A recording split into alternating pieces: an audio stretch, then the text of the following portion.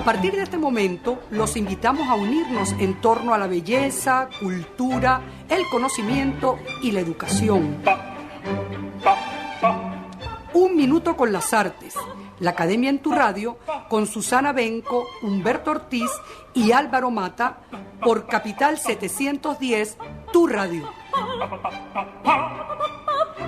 Buenos días, amigos de Radio Capital 710 AM. Bienvenidos a Un Minuto con las Artes, la Academia en tu Radio. Estaremos acompañándoles en esta hora.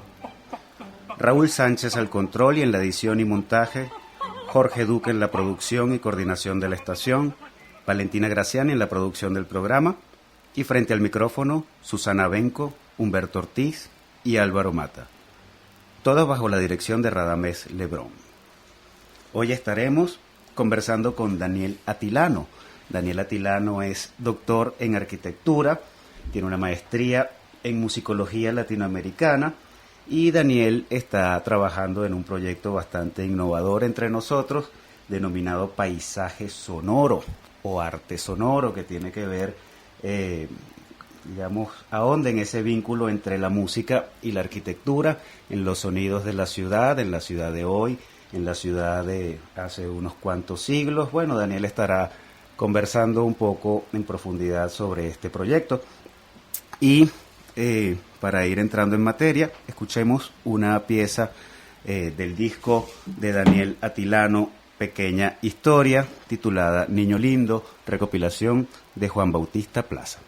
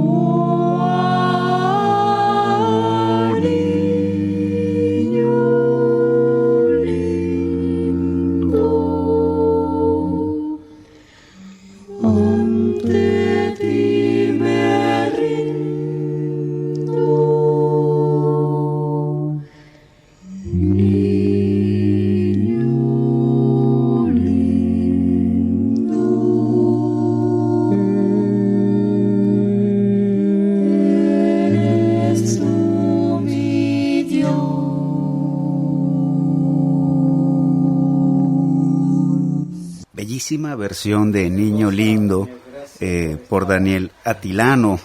Daniel, con esta pieza te damos la bienvenida y para comenzar la conversación, por favor, háblanos un poco de ella. Bueno, esta pieza es un arreglo del famoso Niño Lindo, se hizo con la intención de canto de arrullo, porque en aquel momento, cuando la hice, bueno, estábamos todos con niños pequeños, ¿no? Entonces, casi todos los que estaban allí, en este caso, bueno, Carolina Barrio, Aliri Rojas, Maida Marcano, Cecilia Núñez, Ramón Rivo, bueno, y yo, éramos los integrantes de ese grupo, que éramos ex coralistas de la Facultad de Ciencias, ¿no? Entonces, bueno, eso que escucharon allí, aunque no lo crean, bueno, sonó en la Peña Tanguera. Ese cuento es muy cómico, ¿no? Porque era, bueno, la gente iba a escuchar tango allá, claro, ¿no? Iba a escuchar este tipo de música. Entonces, bueno, me acuerdo que nos invitaron y nosotros no teníamos, yo tuve que hacer rápidamente un arreglo de un tango que, bueno, fue muy bueno, muy sabroso. ¿Cuál fue? Varón, ¿para qué te quiero, varón? A ver, ahorita, no me acuerdo el título exacto, ¿no? Pero lo interesante es que aprovechamos para lanzar todo el repertorio que teníamos unas 6 canciones, ¿no? Y bueno, lo más interesante aquí es que, bueno, estaba este público, esta tensión y esta cosa, ¿no? Y nosotros logramos que el público escuchara aquello y habíamos caído como un estado zen. Y de repente, cuando termina la pieza, la gente empieza a aplaudir y hay un señor que hace: bonito, pero yo lo que quiero es tango. Él vino a escuchar tango, así es. Directo él. No, osado tú arriesgarte con esta pieza que es casi un arrullo, ¿no? En un lugar tanguero. Es casi un sonido desde el silencio para llegar al silencio, ¿no? Del sueño, de la ensoñación. O sea que el medio ambiente era un poco...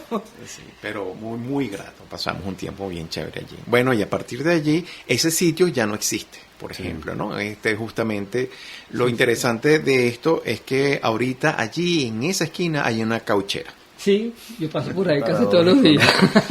Entonces, esto es un sonido que de alguna manera es un paisaje sonoro de eso que fue, ¿no?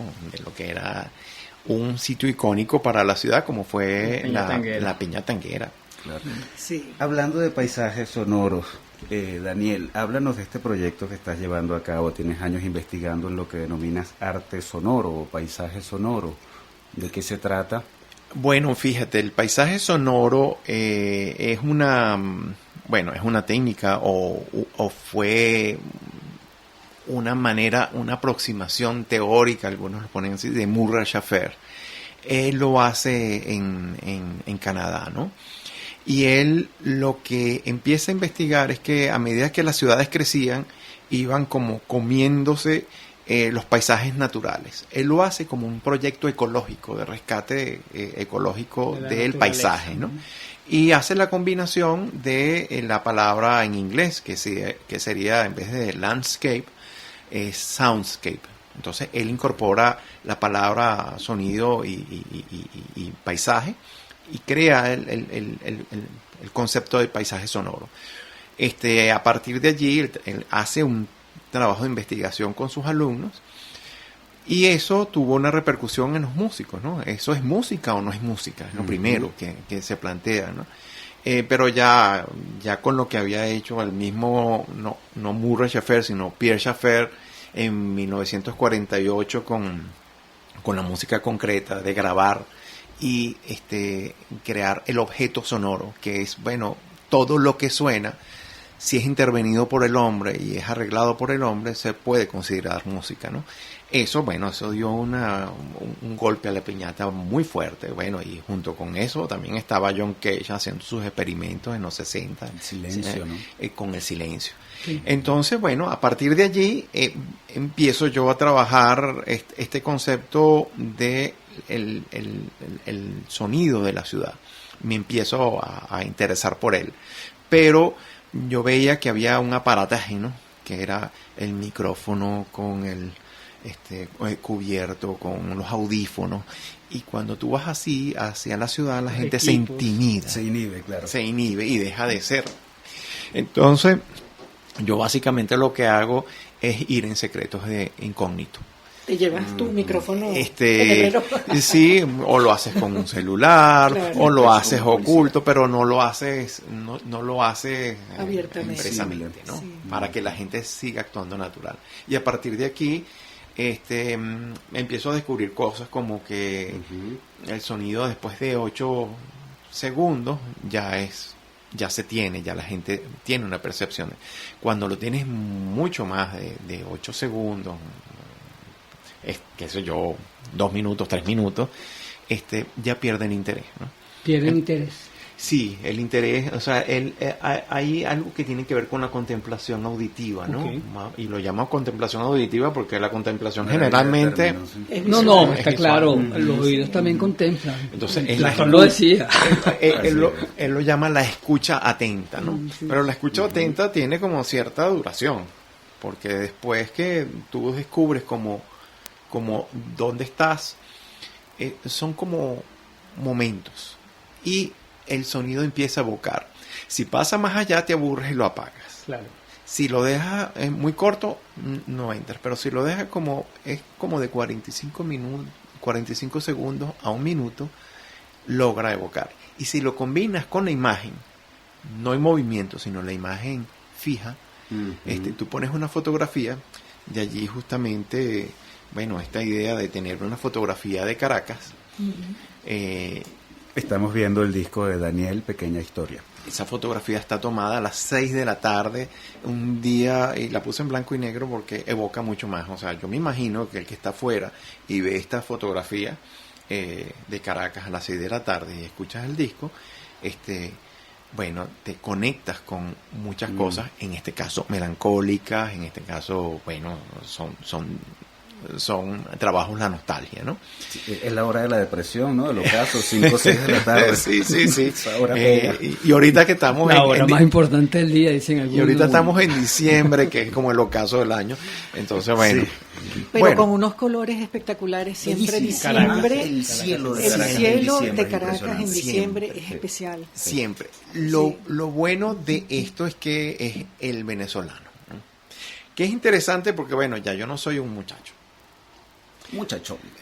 Pero ver muchachos, acabo de estar en un festival de cortos de unos muchachos que están haciendo algo muy interesante en el cine, ¿no? Me llamó la atención que ellos están trabajando la nostalgia siendo tan jóvenes. Y mi pregunta fue esa. Pero un momentico, yo entiendo, yo viví una época, yo viví un momento, una ciudad distinta a la que ustedes están viviendo, pero ustedes están trabajando la nostalgia a través de las personas, de terceros abandonados, el viejo abandonado. Y ellos están haciendo una reflexión sobre esto, ¿no? Bueno, claro, la pregunta se las hago a ellos porque les digo, después que tengan el pasón, vamos a llamarlo así, ustedes tienen que proponer, ustedes son jóvenes, ustedes tienen que proponer, no se pueden quedar pegados allí, algo nuevo. Entonces, ahí empiezo a entender que uno es como un enlace entre algo que pasó, pero un estímulo a algo que tiene que suceder nuevo. Algo tiene que venir nuevo, ¿no? Entonces, claro, yo estimulo a los muchachos a hacer paisajes sonoros. Interesante cuando veo una muchacha que me dice, yo voy a hacer un paisaje sonoro de la Cota 905 a las 3 de la mañana. Eso es aventura extrema, ¿no? Claro. Y lo hizo. Y lo hizo. Qué bueno. Y lo hizo. Qué bueno. Lo hizo en la noche y después en la mañana. 2 ciudades, ¿no? Interesante los trabajos que están.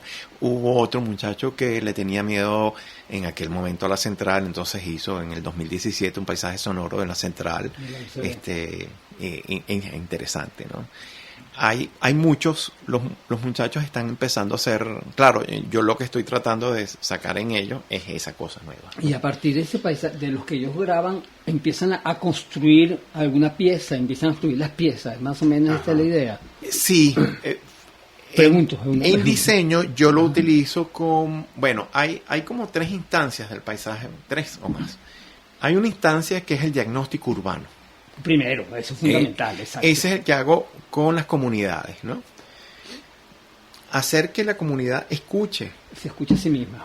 Eso es muy interesante, porque las personas generalmente se llevan por lo visual y por lo que sienten, no generalmente por lo que escuchan, ¿no? Y cuando tú los pones a escuchar, les cambias la percepción total, ¿no?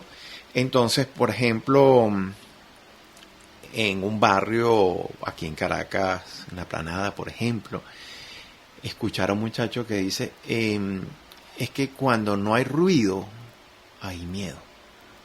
¿Ve? Entonces, ahí hay sonido todo el tiempo. Hay un sonido de la salsa, del reggaetón, de la moto que están probando, del carro. Entonces, ellos se sienten acompañados. Y yo digo, pero a ustedes no les molesta el ruido, porque en la urbanización es todo lo contrario. En la urbanización lo que se espera es el silencio. Sí. Y cuando tú les preguntas a ellos, ¿y cómo se sienten? No, en la urbanización es incómodo porque todo está en silencio. Entonces tenemos dos ciudades dentro de la misma ciudad con percepciones dentro de la misma, en el mismo ámbito o territorio. Ya, ¿no? Esa primera parte implica un aprendizaje de nosotros mismos. De nosotros mismos. Empezar a entender al barrio desde la audición. Y que ellos empiecen a entender a la urbanización desde la audición. Esa es como una primera instancia. Después hay otra de los jóvenes que tienes que diseñar a partir de los sonidos, ¿no?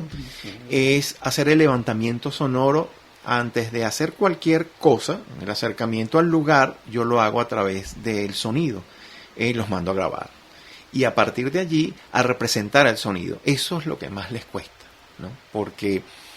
Pero yo no les doy ninguna instrucción.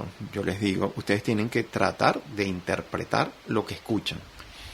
Y bueno, a representar arquitectónicamente. Con imágenes, con como sea. Ellos tienen, por eso te digo, son varias instancias, ¿no? Entonces la primera es muy interesante porque unos muchachos me trajeron una vez, se encontraron en ese momento con una persona que era un invidente. Y ellos se preguntaron, ese grupo vio al invidente, se pegó con ese señor y empezaron a entrevistarlo. Y bueno, ellos me trajeron de presentación una maqueta táctil y unos audífonos y me pusieron una venda en los ojos. Wow.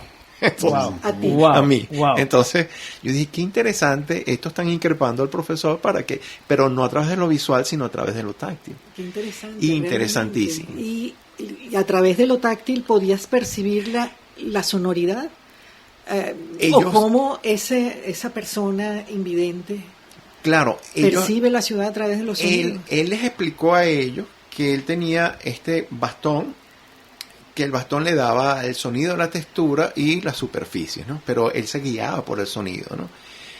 Y entonces a partir de allí ellos empezaron a experimentarlo y hicieron una cosa bien interesante que era ¿cómo le pones el tiempo a la maqueta, ¿no? Entonces ellos inventaron un argumento. Yo sí les digo, mira, esto es temporal, le tienen que poner tempo a esta cosa. Entonces algunos ponen el sonido de algo y después que lo establecen, bueno, esta es la velocidad de caminar, ¿no? Entonces, ¿cómo pasar? Ellos pusieron unos punticos con unos alfileres, con las cabecitas de unos alfileres. Entonces uno iba entonces te iban poniendo texturas con plástico, con sonidos, a medida que tú ibas. Claro, yo iba escuchando y tenías que ir regulando el sonido con el sonido. Increíble. Interesante. Sí, entonces era otra cosa y como no me dejaban ver, claro, la imaginación se te va para otro lado, ¿no? Y con eso es que trabajo yo. En el momento que tú estimulas la imaginación, no visual, sino el oído interno, se te destapan miles de cosas. Es importante aclarar que él es profesor de música y arquitectura juntas, integrando esas dos actividades que, como ven, es maravilloso, ¿no? Porque las propuestas que está proponiendo. Mire, desde el punto de vista pedagógico, o con los muchachos son estudiantes de arquitectura. De arquitectura de la Facultad de la Facultad de Arquitectura. De Arquitectura de la UCB. Sí. Y la sonoridad es un trabajo que hacen a partir de un espacio dado, o también lo piensan en función de lo que puedan proyectar como arquitectos cuando van a hacer un diseño arquitectónico. Esa es la segunda parte. Ok. ¿No? Si yo me preguntaba por dónde, sí. si se inclinan en un lado y no en el otro. Sí, también. Porque Ahí, bueno, eso lo tomé de Joseph Montañola, pero él habla del espacio, del lugar itinerante y el lugar radiante, ¿no? El lugar radiante es cuando yo estoy en la contemplación y veo el lugar desde un sitio donde mi vista va explorando todo, ¿no?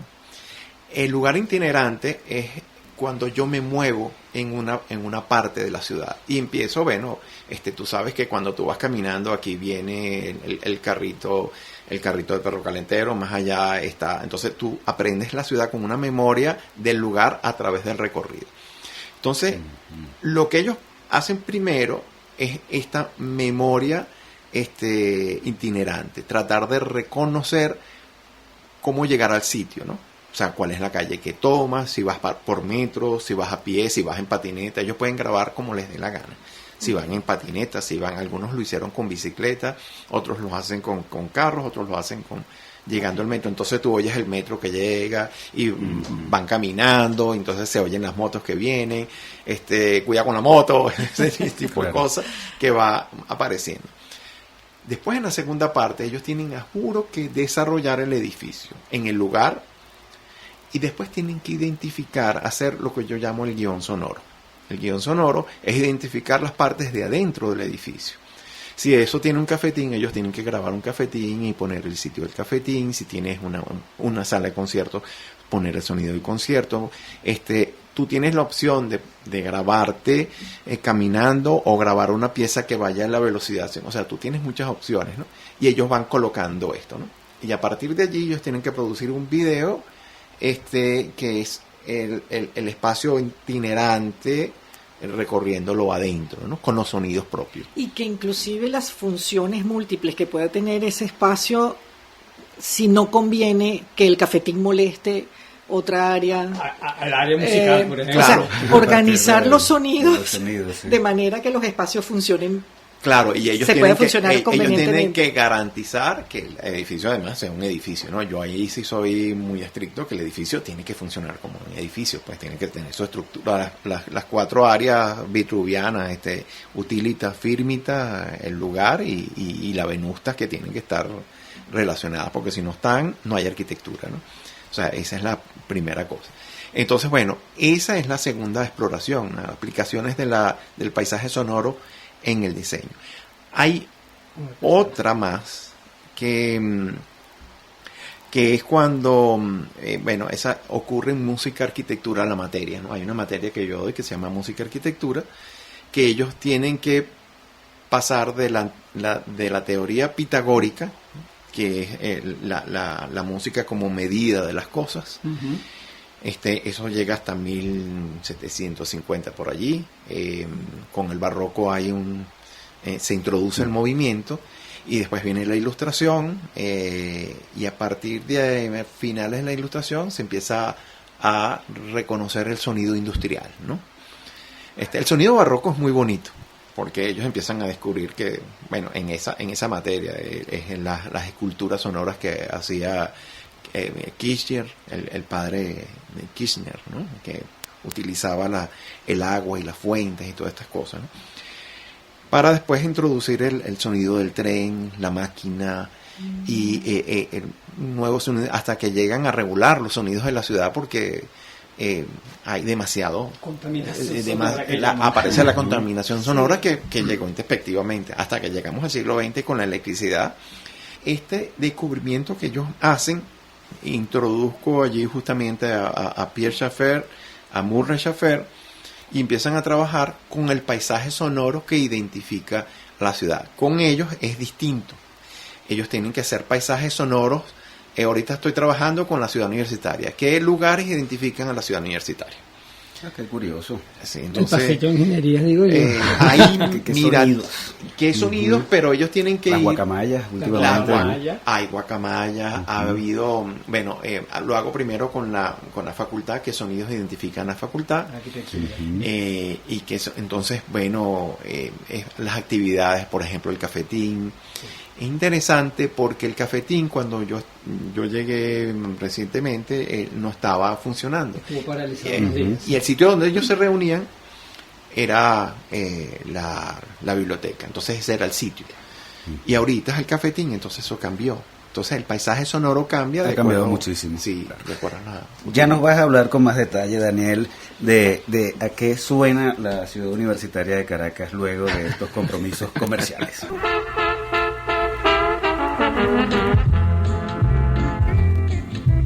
A toda hora estoy contento